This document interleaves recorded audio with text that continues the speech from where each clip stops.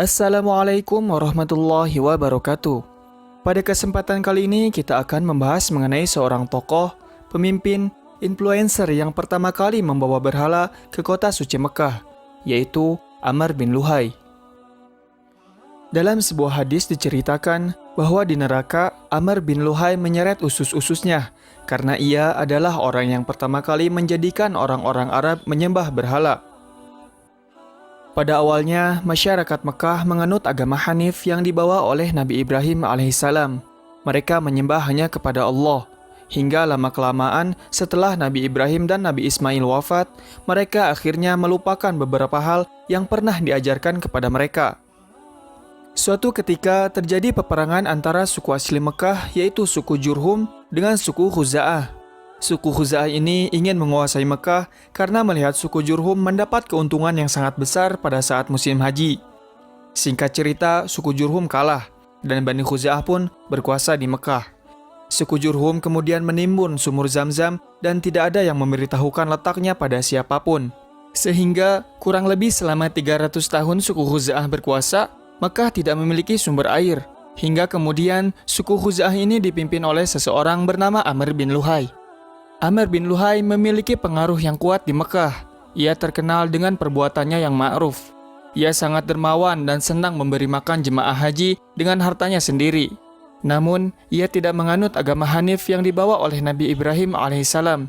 Ia sendiri juga tidak tahu ajaran seperti apa yang dibawa Nabi Ibrahim alaihissalam. Suatu ketika, Amr bin Luhai pergi ke negeri Syam dan melihat suku di sana yaitu suku Amalik menyembah berhala. Ia bertanya pada salah satu orang dari suku tersebut, "Apa yang kalian perbuat?" Orang itu menjawab, "Patung ini mendekatkan diri kami kepada Allah dan jika kami membutuhkan apa-apa, kami meminta pada patung ini. Patung ini yang mendatangkan hujan, memberikan keturunan, dan seterusnya." Amr bin Luhai merespon positif hal tersebut. Ia mengira bahwa itu adalah suatu kebenaran karena Syam adalah negeri para nabi. Amr bin Luhai berkata, "Kami di Mekah tidak memiliki air. Saya akan membeli patung di sini lalu membawanya ke Mekah. Siapa tahu akan muncul air di Mekah." Amr bin Luhai kemudian membeli patung yang sangat besar bernama Hubal. Patung itu ia bawa ke Mekah dan memerintahkan masyarakat Mekah untuk menyembah dan meminta kepada berhala Hubal agar Mekah memiliki sumber air. Karena pengaruh Amr bin Luhai yang sangat kuat di Mekah, masyarakat Mekah pun mulai melakukan kesyirikan. Mereka mengakui Allah sebagai pencipta alam semesta, tetapi dalam ibadah mereka mempersekutukan Allah dengan berhala-berhala. Setelah berhala Hubal, lalu muncul berhala-berhala yang lainnya, seperti Manat, Latta, Uzza, dan berhala yang disembah pada zaman Nabi Nuh alaihissalam, yaitu berhala Wud, Suwa, Yagut, Ya'uq, dan Nasr. Walaupun sudah sangat menyimpang dari ajaran Nabi Ibrahim, tetapi masyarakat Mekah mengklaim bahwa mereka masih menganut agama Ibrahim.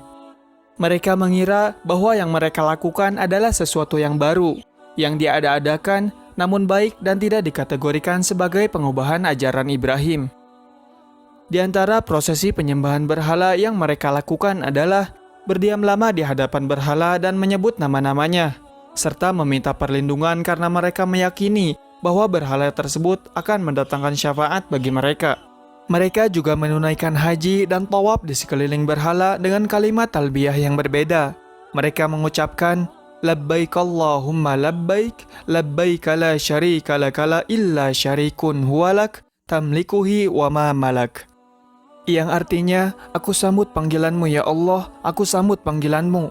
Aku sambut panggilanmu, tidak ada sekutu bagimu, kecuali sekutu tersebut menjadi milikmu. Engkau memilikinya dan tiada seorang pun yang memilikinya." Masyarakat Arab jahiliyah juga melakukan penyembelihan hewan sebagai bentuk persembahan kepada berhala. Jenis penyembelihan ini disebutkan di dalam Al-Quran, dan diharamkan atas kalian apa yang disembelih untuk berhala. Quran Surat Al-Maidah ayat 3. Dan janganlah kalian memakan binatang-binatang yang tidak disebut nama Allah ketika menyembelihnya. Quran Surah Al-An'am ayat 121. Selain penyembelihan hewan, mereka juga membuat sajian khusus dari hasil panen dan ternak mereka. Sebagian mereka mempersembahkan kepada berhala dan sebagian lagi mereka persembahkan untuk Allah. Padahal Allah Subhanahu wa Ta'ala tidak membutuhkan persembahan mereka. Hal ini tercantum pada Al-Quran Surat Al-An'am ayat 136. Dan mereka menyediakan sebagian hasil tanaman dan hewan bagian untuk Allah, sambil berkata menurut persangkaan mereka, "Ini untuk Allah dan yang ini untuk berhala-berhala kami." Bagian yang untuk berhala-berhala mereka tidak akan sampai kepada Allah, dan bagian yang untuk Allah akan sampai kepada berhala-berhala mereka. Sangat buruk ketetapan mereka itu.